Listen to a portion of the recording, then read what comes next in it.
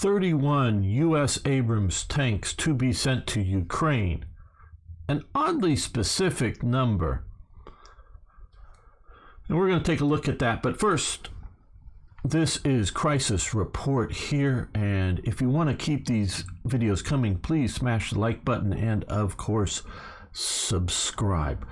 Right, let's take a look at this story and try to figure out what's behind it. And this is an update to the earlier story about Germany requiring the U.S. donate or send or sell or whatever some Abrams to Ukraine for them to approve approve Leopards going to Ukraine, and the Germans, knowing the difficulty for the U.S. to send its Abrams beyond other models of Challengers or Leopards out there. Right. Like I said, 31 tanks. Why 31? Why not 30? Why not 32, 36? You know, why 31 tanks? Well, this is a new story out of Politico earlier today. U.S. to send Ukraine more advanced Abrams tanks, but no secret armor. That is upholding with the earlier story, is that the M1A2 version of the Abrams tank includes sophisticated optics and controls that help commanders rapidly track friendly vehicles, identify enemy positions, and process artillery requests. And we're going to take a look a little bit more as to why that is. And again, some discussion around it, because I have been in contact within the last 24 hours of people who very recently driving Leopards for a European nation, as well as people in Ukraine, and discussing some of this. And so more background information than just what's in this article. So please watch to the end. Okay, the U.S. is planning to send, and we're going to go through this article and analyze it. What's going on here from Politico. The U.S. is planning to send Kiev Abrams main battle tank, or the main battle tank, is more in its more advanced M1A2 configuration rather than the older M1 or the A1 version that the military has in storage, according to 3 people with knowledge of these deliberations. Okay. Again, this is what's coming. What Politico has been able to find out. So we don't know if this is all true yet, but this is what is being reported. 31 tanks slated for Ukraine will not include the secret armor mix that makes the U.S. Army's newest version so lethal. Don't know how the armor makes it lethal, but makes it the tank effective, said people who spoke on conditions of anonymity to discuss sensitive conversations. The A2 version has more sophisticated optics and controls, and I'll explain some of this in a moment, than the older A1 version, which the Army intends to retire in the next few years.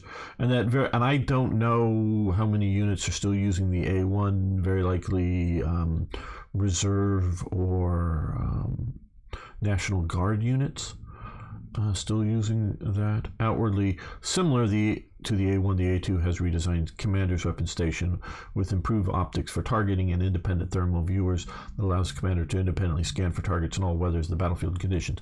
Right. Part of what this is, I know many of you are military enthusiasts here, so you might already know this or understand what I'm going to explain here, is not only does the gunner have the high-tech sights, the commander also has a set of high-tech sights approximately the same as the gunner in sort of an independent, and I don't know if we can really, you can sort of see it right there, because the gunner's sights are parallel with the gun. This is the commander's sights there that he's looking through, his optics. And so the gunner can be targeting and getting ready and shooting at a target, likely an enemy tank, while the commander is targeting a second. So if you see more than one enemy tank out there, the commander can be targeting a second tank, and it's set up so that once the gunner pulls the trigger on his target, the gun will immediately, in the tank turret and all that, will swing over and get right on the commander's target. And all it takes is the time for the loader to load in that second round. And then as soon as that happens, the commander can pull the trigger and hit his target. Now, it only works for 2 shots because the gunner's target is looking down the same barrel as the commander, so it starts over. But so a unit, a platoon of like 5 of these tanks can all come up, and they're often set up to come out of a concealed position and be able to, if they're 5 tanks, be able to target 10 tanks and then like back up to a covered position and take out 10 tanks effectively, with the idea before the enemy can engage you. So it can be a very effective system, and that's what the A2 allow over the earlier A1s. I think just to give sort of the meta upgrade between them and how it can function.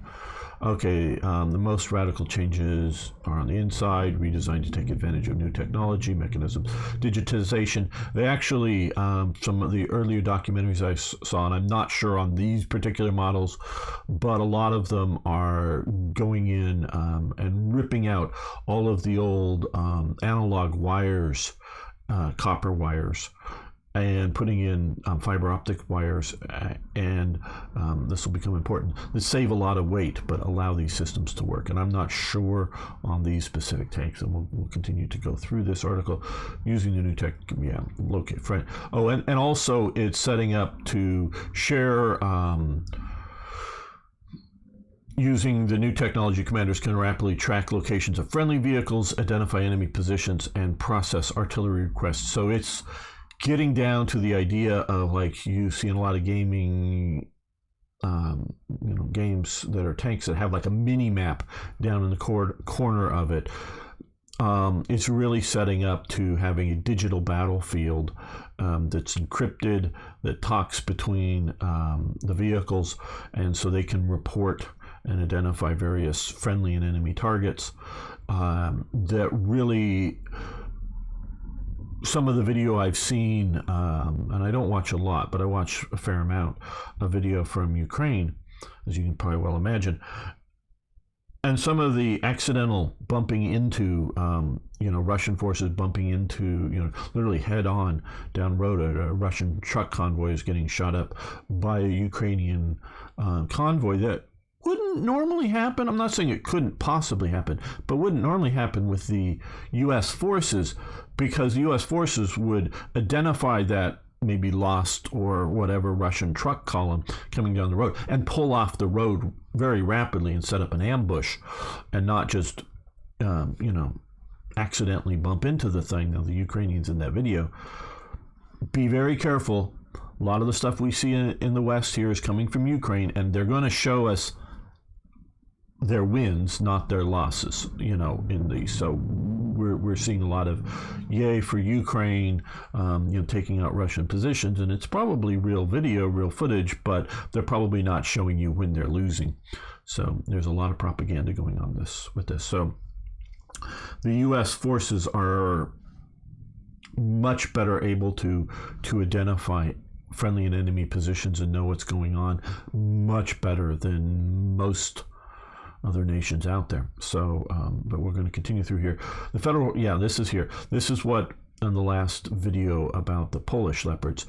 But federal policy forbids exports of, and it's basically laws, exports of Abrams with classified armor packages used by the U.S. military, which includes the depleted uranium. According to the fourth person with knowledge of this policy, the U.S. strips these vehicles of the secret armor recipe before selling them to other countries.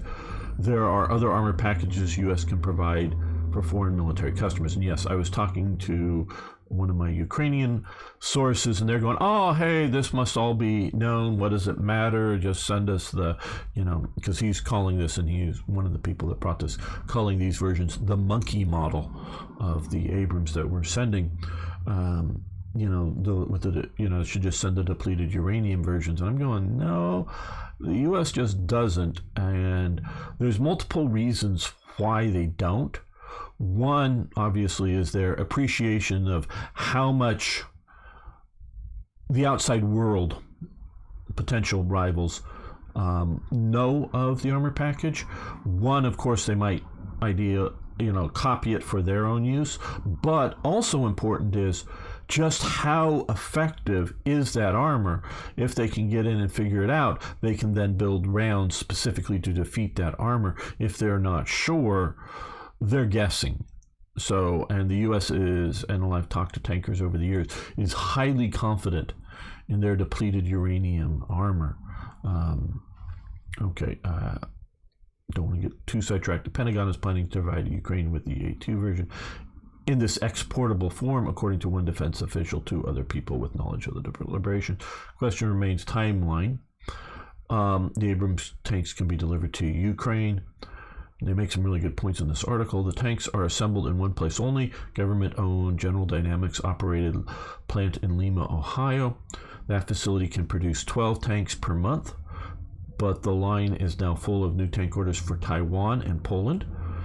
Orders it would be difficult and likely controversial to put on the back burner. So, the Army, and I think they'll get there. So, the Army is providing multiple options for senior leaders to determine the way ahead.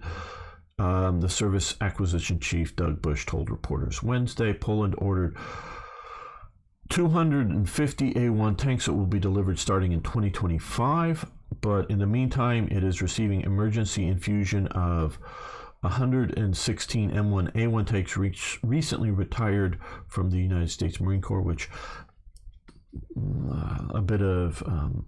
I disagree with the policy of entirely getting rid of the tanks for the Marine Corps.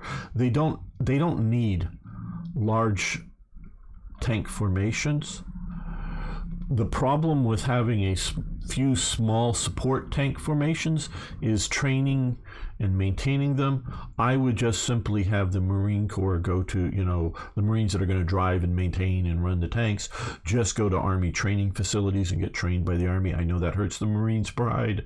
They want to do it all themselves, but they don't need an armored division. But they could use a couple of companies, just be more integrated and deploy in small batches to support, amphibious landings that are truly integrated into the Marine Force and not just Army tanks supporting a Marine operation. So I think that is a mistaken policy of entirely retiring it, but that's where they're getting some of these emergency tanks. Warsaw asked for the tanks to quickly replace the 250 Soviet-era T-72s. 116 M1A1s are much better than 250 T-72s. And shuttering the Marine Corps tank units made hundreds of well-maintained tanks available. Taiwan ordered 108 M1A2s in 2019, and the first expected to arrive in 2024. And this is a major point here. General Dynamics no longer builds M1A1s from scratch, but has a number of M1 seed vehicles that are bare bones tanks. Basically, there's a few fields out there that have hundreds of Abrams tanks that they don't think they're going to need any more than that, and just keep rebuilding around those. When new orders come in, these seed vehicles, depending on technology, they get upgraded.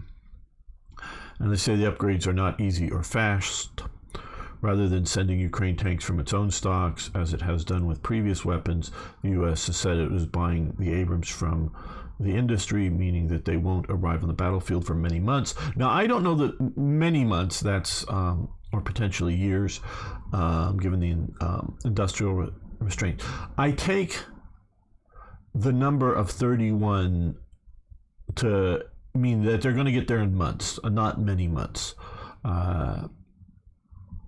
I think they looked around and were able to come up with how many can we get in a given period of time to be ready to be sent, and they found 31 tanks that are either pulling from current production feed lines that they think they can, get the people to work overtime or something to make up over months, or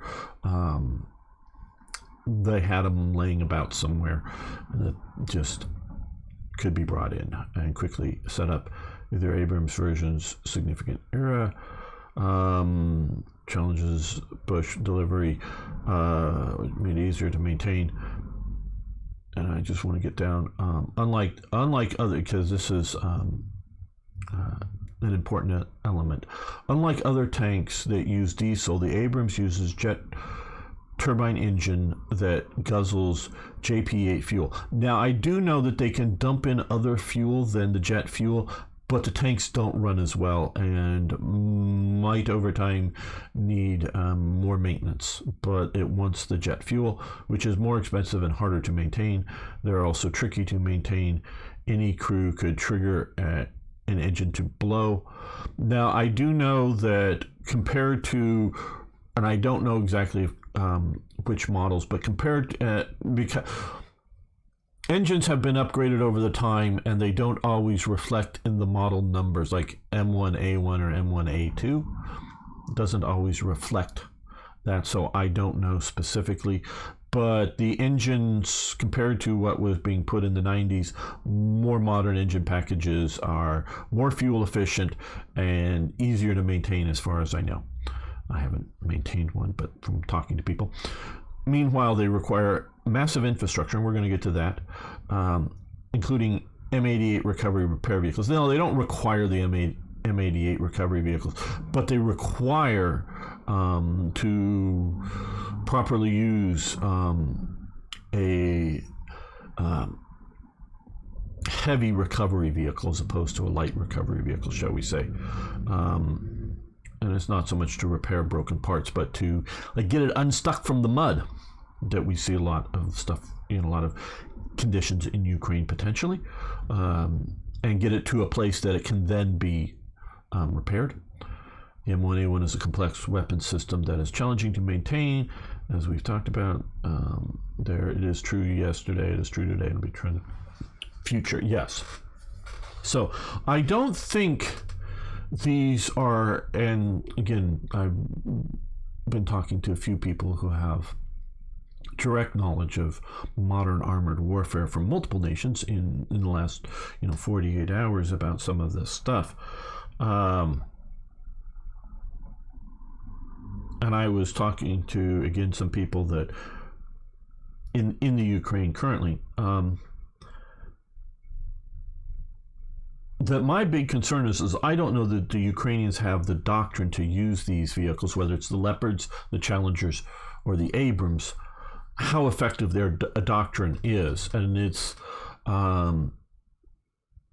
you can have a tank driver or a tank commander know exactly the best way to use his tank because he's gone and been trained, say, by the British or the Germans last week, last month, whatever.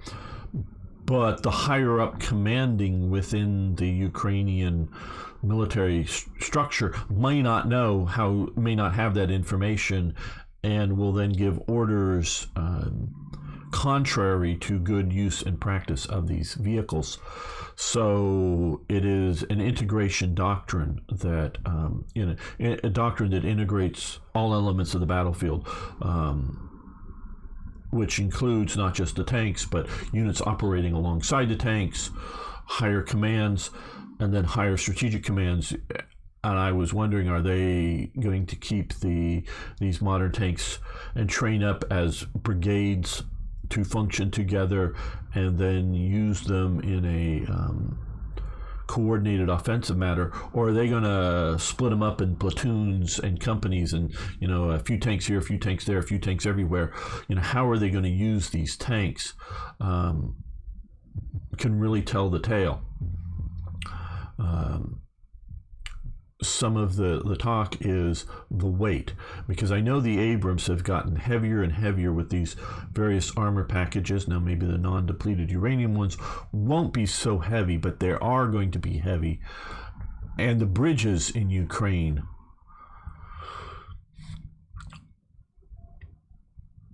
are not that heavy. And again, I'm reading up the other source. I'm not going to bring it down here because I don't want to. The anonymity of my sources. These are just people with some knowledge. So this is most bridges are built to account for a potential 100% buffer. And referring to bridges in Ukraine. The reply to that is yes, but a 30-ton bridge might hold a 40-ton tank going fast, but not a 55-ton tank. Replying to it, well, I do know of one story, and again, I study a lot of history. Otto Carius, the German tank commander, unit leader, who drove Tigers, one of his incidents of basically retreating from the Soviets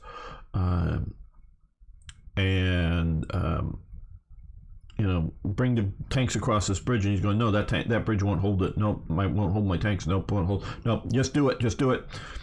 Drive his tank, bridge breaks, and the officer who told him to do it disappears because now the tanks are stuck. He did get his tank unstuck, but yeah. So people who don't know often make these presumptions that this bridge or this area will be fine, and you very well may move tanks across a bridge that is effective for the weight limit in one place, but operationally that may get cut off. You may need to go somewhere else, that the other bridge that they just know exists there won't be able to hold the vehicles, and very well may collapse in attempting to operate it. Now,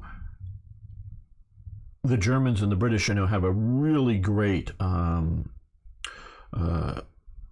amphibious bridging equipment that I particularly love, that can very rapidly go into rivers and form a bridge that will support the weight of these tanks, or put two of them or three of them sort of together closely and create a raft and ferry them across bridging. And this gets to some of the not just physical infrastructure of a place like Ukraine, but the infrastructure, the support infrastructure for these armored units would be a bridging unit like this that is around and able to set up, because there are some major rivers in Ukraine that are strategically important, able to quickly set up and move the tanks out of sticky situations, or get them across the rivers, some of the Dnieper or other rivers, unexpectedly, where the Russians aren't expecting an attack,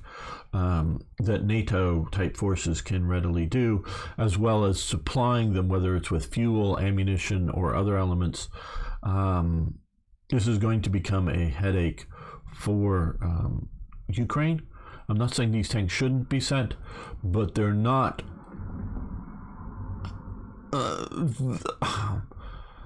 I don't know how much of a, because I'm picturing the maps of Ukraine. Yes, they may very well be very important in Ukraine, but I don't know how effective they're going to end up being. And also, I don't know. I'm not going to go into here now because I don't have too much information on it now, but my sources are saying Germany's not ready for any sort of serious action to start out, according to some of my sources. And the German higher military authorities might be expecting some serious action to start breaking out. I'm not quite sure what or when, or getting prepared for. So, yeah, we're stripping and I haven't made a video about this, been thinking about it, I know this video is going long, but the logistics support need, particularly artillery shells, all of the major manufacturers around the world for producing artillery shells are ramping up production. And now these are also going to go into Western tank shell production. And stockpiles there are going to become critical. So, yeah, they've been allowed to get dangerously low over the years. And this is a strategic concern, not just a tactical one. So I hope this gives you some better background and understanding. And again, 31 is a very oddly specific number of tanks. They could have just said we're giving 30, but they said 31. So I think that is just what is available. So, and what prompted this video on this, what I consider a very interesting story going ahead. So thanks everyone. I hope you will stick around for more updates as they come in.